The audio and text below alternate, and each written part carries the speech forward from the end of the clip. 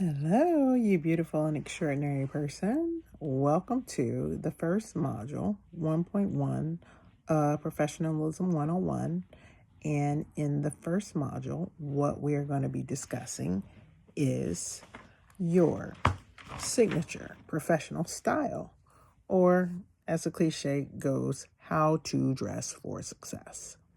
So, when you are starting at a new job, we'll always start with that example. You're starting at a new job. The first thing that you want to do is look and see how everyone else is dressed.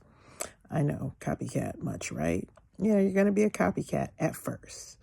So when you get a feel for how everyone is dressing, you want to try to dress like that, exactly like that, except better.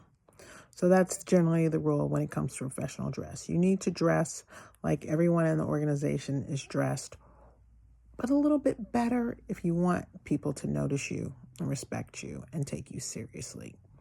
And this is a very serious thing. I know I personally always thought it was a shallow thing. It shouldn't matter what you're wearing as long as you can do your job, right? Wrong. People pay a lot of attention to how you dress, and people who dress very well get noticed. Most people at an organization dress, about the same. So, and most organizations, it's hard to say. It depends on the industry. Industries have their own style and also their own colors. Certain professions have their own colors, like serious professions like lawyers and bankers and accountants. You're supposed to wear boring, kind of dull colors like dark blue or black. So I've always worn a lot of dark blue or black, going in line with the industry standard, because I've been, when I was working as a lawyer, those were my colors. Whenever I am doing anything legal, I usually am wearing either black or black and white, and sometimes I'll throw in a splash of red. But when you're in that profession, you just don't want to be too snazzy. You can be, but you will stand out, and then people will think, you're not serious about being a lawyer because you're not wearing the lawyer uniform. So it's important to pay attention to what everyone else is doing with regard to dress, and to do that just a little better. Like I said, me personally, I wear black and white for the law thing, and I do other jobs. So I'm not always being a lawyer. Like I said, I've also been a professor at community college, and when it came to that kind of dress, I could be a little more outrageous. I could wear colors. I could wear what I wanted because that's how the other professors were dressing. So but you do want to stay in line with what everyone else is doing, but go a little higher, aim a little bit higher, because people take that very seriously and they make judgments based upon that, on you doing that. So when you're dressed a little bit better than everyone else, you get noticed as someone who is at least taking their professional attire very seriously. So I was listening to an audiobook called A True Professional. So I was listening to that to hone my skills for presenting this course. Of course, I know what it's like to be a professional and what the expectations are, because I've worked in employment law for 30 years. So what I mainly see are people's downfalls and when people get in trouble. I've never seen anyone get fired for not dressing the part. However, I have seen people be disrespected and not taken seriously because of the way they dress. For example, one of the places I worked was the Metropolitan Washington Airports Authority. And because most of us were like running an airport, so we didn't have a lot of interaction with the public per se. So usually when you have a job like in sales or you're interacting with the public, your dress becomes very important, because you're that public, you don't know who's going to be in that public, and that public is going to make snap judgments based on how you look. So those corporations are going to ask you to dress very well, because you want to make a good impression on their customer, their public that you're interacting with. A lot of times, people who are in places that are interacting with the public wear uniforms. So if you're wearing your uniform, you want to make sure that there's only so much you can do with the uniform, but you want to make sure that your uniform is clean and that it's not wrinkled. That is the kind of thing that really people do take notice of. No one's ever going to say anything to you about it. If they do, it's probably because they're being kind to you, they're being your friend, and they don't want you to have the negative impacts from, showing up in an unkempt fashion. You always want your uniform to be clean and not wrinkled and as impeccable as you can make it. You always want to make sure that you smell good and that your hair is neat. So there's a lot of controversy around certain hairstyles. For example, this hairstyle is locks. It's locked up hair. A lot of employers will say you can't wear that kind of hairstyle. They want you to wear a different kind of hairstyle. And that can be very controversial because that gets into heritage and culture, and it can be seen as a form of discrimination. But employers do it. They discriminate all the time based on appearance. And really, there's no law against it unless they're specifically targeting one ethnic group and unless it like intersects with your religion. Like, for example, if you're Muslim and you need to wear a hijab, um, technically the employer should not be discriminating against you because of that, but they may. I mean, they do these kinds of things all the time.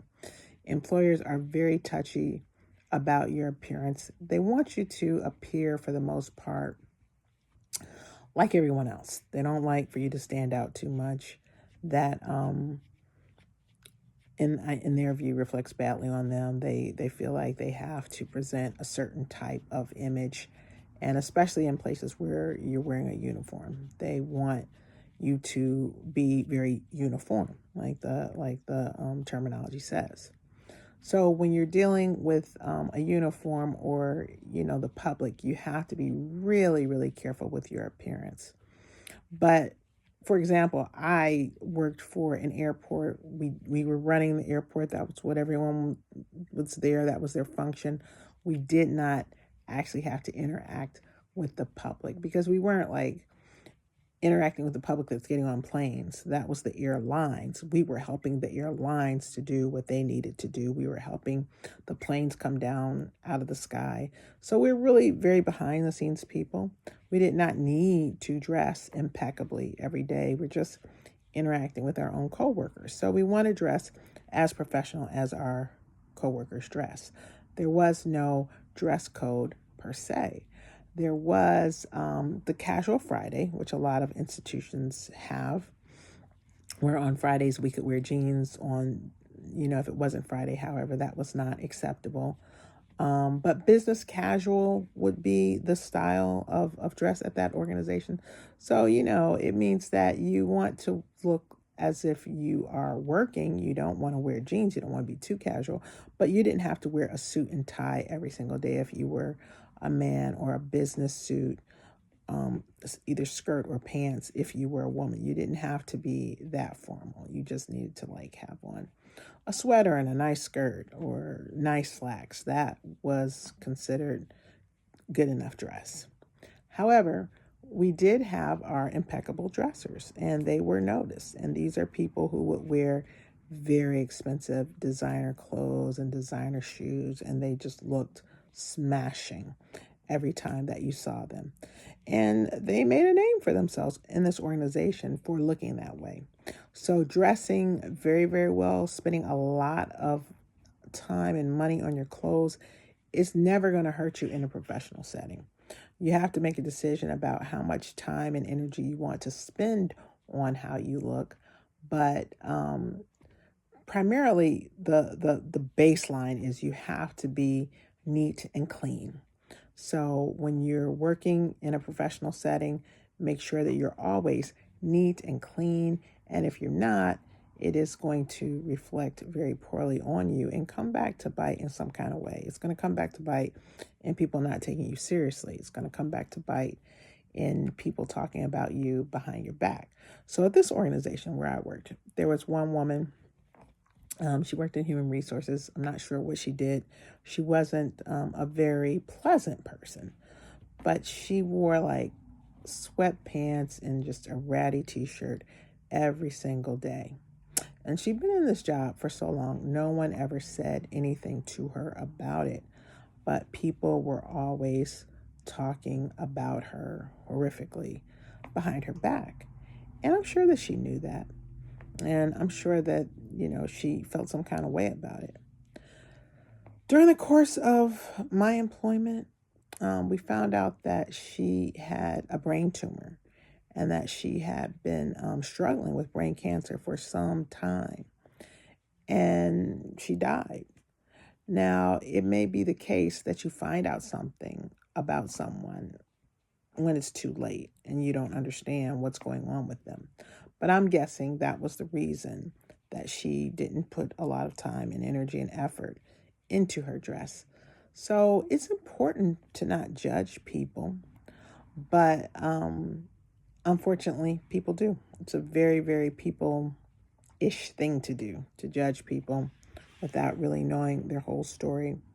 So if you don't want to be judged, try always to be as professional in your dress as you can be.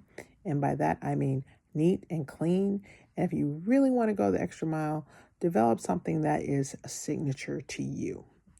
Like me, I always wear black and white with a dash of red when I'm appearing in any kind of legal setting, when I'm appearing for court. One thing that COVID-19 changed is that a lot of times we're not actually appearing in actual places as professionals. We are appearing virtually.